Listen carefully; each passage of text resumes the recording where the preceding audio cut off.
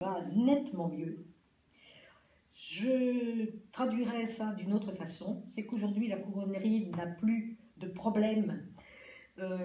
Nous approchons l'équilibre, mais surtout, il faut quand même mettre un bémol, c'est que nous traînons derrière nous la situation passée, et nous avons donc des dettes qui sont étalées dans le temps et qui évidemment perturbent un petit peu les résultats de l'année 2014, qui était une bonne année en matière de résultats. Nous avons à nouveau de nouveaux marchés, et ces nouveaux marchés qui ont été obtenus grâce à la confiance qui a été rétablie avec les partenaires qui nous faisaient travailler. Et pour moi, c'est un phénomène très important de voir cette amélioration qui monte en puissance. Quand vous traversez les ateliers, quelque chose d'autre qui me satisfait beaucoup, c'est le sourire, l'accueil des salariés qui sont sereins, qui ne sont plus inquiets, qui attendent, on sent qu'ils attendent de vous que vous continuiez dans le même sens pour leur apporter la sécurité totale. Il faut rappeler que vous venez de loin, puisqu'il y a quasiment 2 ans, en juin 2013, la couronnerie était au bord de la cessation de paiement avec plus de 2 millions d'euros de trous financiers. Absolument. Et quand, si vous voulez, cette situation a été mise à jour, le conseil d'administration de l'époque a opté pour éviter le dépôt de bilan, a opté pour la solution d'un conciliateur qui a été nommé par le tribunal de grande instance. Ce conciliateur a eu comme première mission l'étalement de toutes nos dettes, puisque nos dettes étaient essentiellement, j'allais dire, des dettes publiques, taxes, impôts, URSSAF, etc., qui n'étaient pas réglées. Et il y a eu un échéancier de mis en place, échéancier qui actuellement est respecté, parce que vous pensez bien que les services fiscaux nous avaient à l'œil, et cet échéancier est respecté, mais c'est vrai que cet échéancier grève aujourd'hui nos résultats, puisque nous sommes tenus de payer ce que la couronnerie devait. Alors, en parallèle, vous avez mis en place une politique de redressement. Ça s'est traduit notamment par la suppression de certains marchés qui avaient été passés en interne. Oui, alors ça s'est traduit par...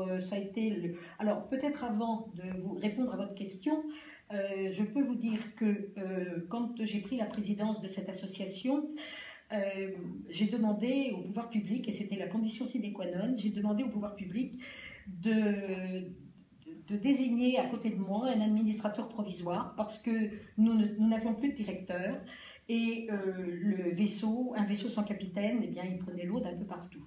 Donc, avec l'aide de M. Balin, qui à cette période était administrateur provisoire, nous avons, et je l'en remercie, son premier travail a été évidemment d'analyser tous les contrats que nous avions, et des contrats qui étaient énormes, qui pour la plupart n'étaient pas justifiés dans leur montant, et c'est ce qui nous a permis, dans un délai relativement raisonnable, de faire les premières économies. Il y avait un contrat notamment avec la Sodexo. Alors, il y avait un contrat avec la Sodexo. Ce contrat avec la Sodexo coûtait extrêmement cher à la couronnerie, et il avait surtout, à mes yeux, l'immense défaut, c'est que quand on travaille, quand on a une cuisine centrale dans un établissement où il y a des travailleurs handicapés, je pense que la Sodexo aurait dû utiliser le mot est mal choisi, mais avoir dans ses salariés un minimum de travailleurs handicapés de la couronnerie. Il n'y avait aucun travailleur handicapé dans leur équipe, ce qui est une anomalie énorme. Donc, ce premier contrat a été dénoncé. À l'heure actuelle, nous avons la chance d'avoir un autre prestataire, mais quand on a mis en place cet autre prestataire, nous avons mis en place aussi le restaurant La Couronnerie. Et ça aussi, ça nous a apporté de nouveaux marchés. On a réalisé beaucoup d'économies, ça nous a apporté de nouveaux marchés. Et à l'heure actuelle, toute la gestion de la restauration, qu'elle soit en direction de nos usagers ou qu'elle soit en direction de l'extérieur, puisque nous servons des repas à l'extérieur, tout ça a permis de rapporter un peu de trésorerie à l'association.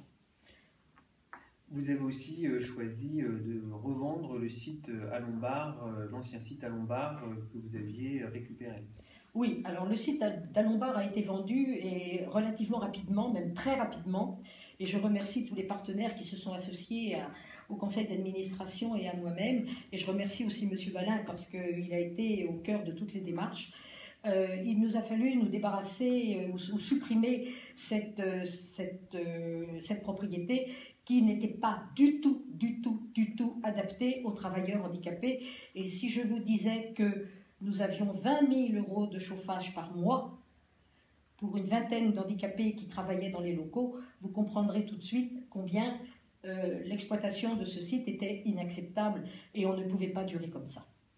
On sait qu'il y a une enquête en cours, une enquête judiciaire. Vous serez partie civile dans cette affaire? Oui, nous serons partie civile puisque la plainte a été déposée par la SDM, la couronnerie.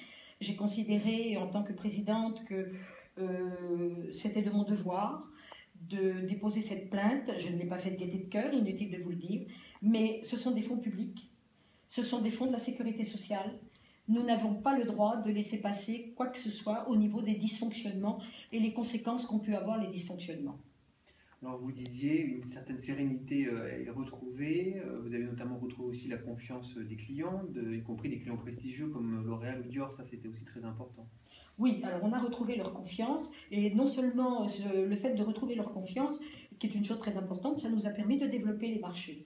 Et nous avons élargi le panel de nos partenaires commerciaux, de façon à ne pas prendre un risque qui serait extrêmement préjudiciable à la vie de l'association.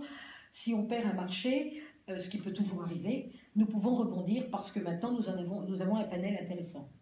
Donc aujourd'hui, la couronnerie, c'est plus de 220 travailleurs handicapés. C'est aussi, cette année, les 50 ans de l'association. Vous allez pouvoir célébrer votre anniversaire. Ça aussi, c'est une bonne nouvelle. Alors oui, et nous nous y préparons. Les 50 ans de la couronnerie, je ne vous en aurais pas parlé au mois d'avril ou mai 2013, parce qu'à ce moment-là, nous étions loin d'envisager que la couronnerie serait encore peut-être avec les portes ouvertes. Donc pour nous c'est un véritable plaisir et nous allons profiter de cet anniversaire pour montrer combien la couronnerie a repris sa place dans le monde associatif de l'agglomération orléanaise et même en élargissant de la région centre. Donc le rendez-vous ce sera pour septembre-octobre. Voilà, alors évidemment on va essayer de mettre en place des événements, un événement marquant qui ne sera certainement pas source de dépenses inconsidérées, ça soyez-en certains, j'y veillerai. Et cet anniversaire va simplement nous permettre d'ouvrir les portes et de montrer que nous sommes bien présents et que nous tenons à y rester. Alors elle aura lieu en septembre, pourquoi? Parce que d'ici le mois de juin, nous avons beaucoup encore de chantiers en cours. Et au mois de septembre, les jours seront encore un peu longs. Il fera, j'espère, pas trop mauvais. Et ça va nous donner un peu de temps, un peu de recul pour préparer cette fête où évidemment seront associés, certes, le conseil d'administration, mais le conseil d'administration ne sera pas l'élément principal de cette manifestation. Je souhaite absolument que ce soit les usagers qui soient mis au cœur de cette manifestation, car la couronnerie existe pour les usagers. Et nous sommes là au service des usagers. Et ça, c'est vraiment ma devise, si toutefois je peux me permettre d'en avoir une. Merci beaucoup, Suzanne Buron. Merci.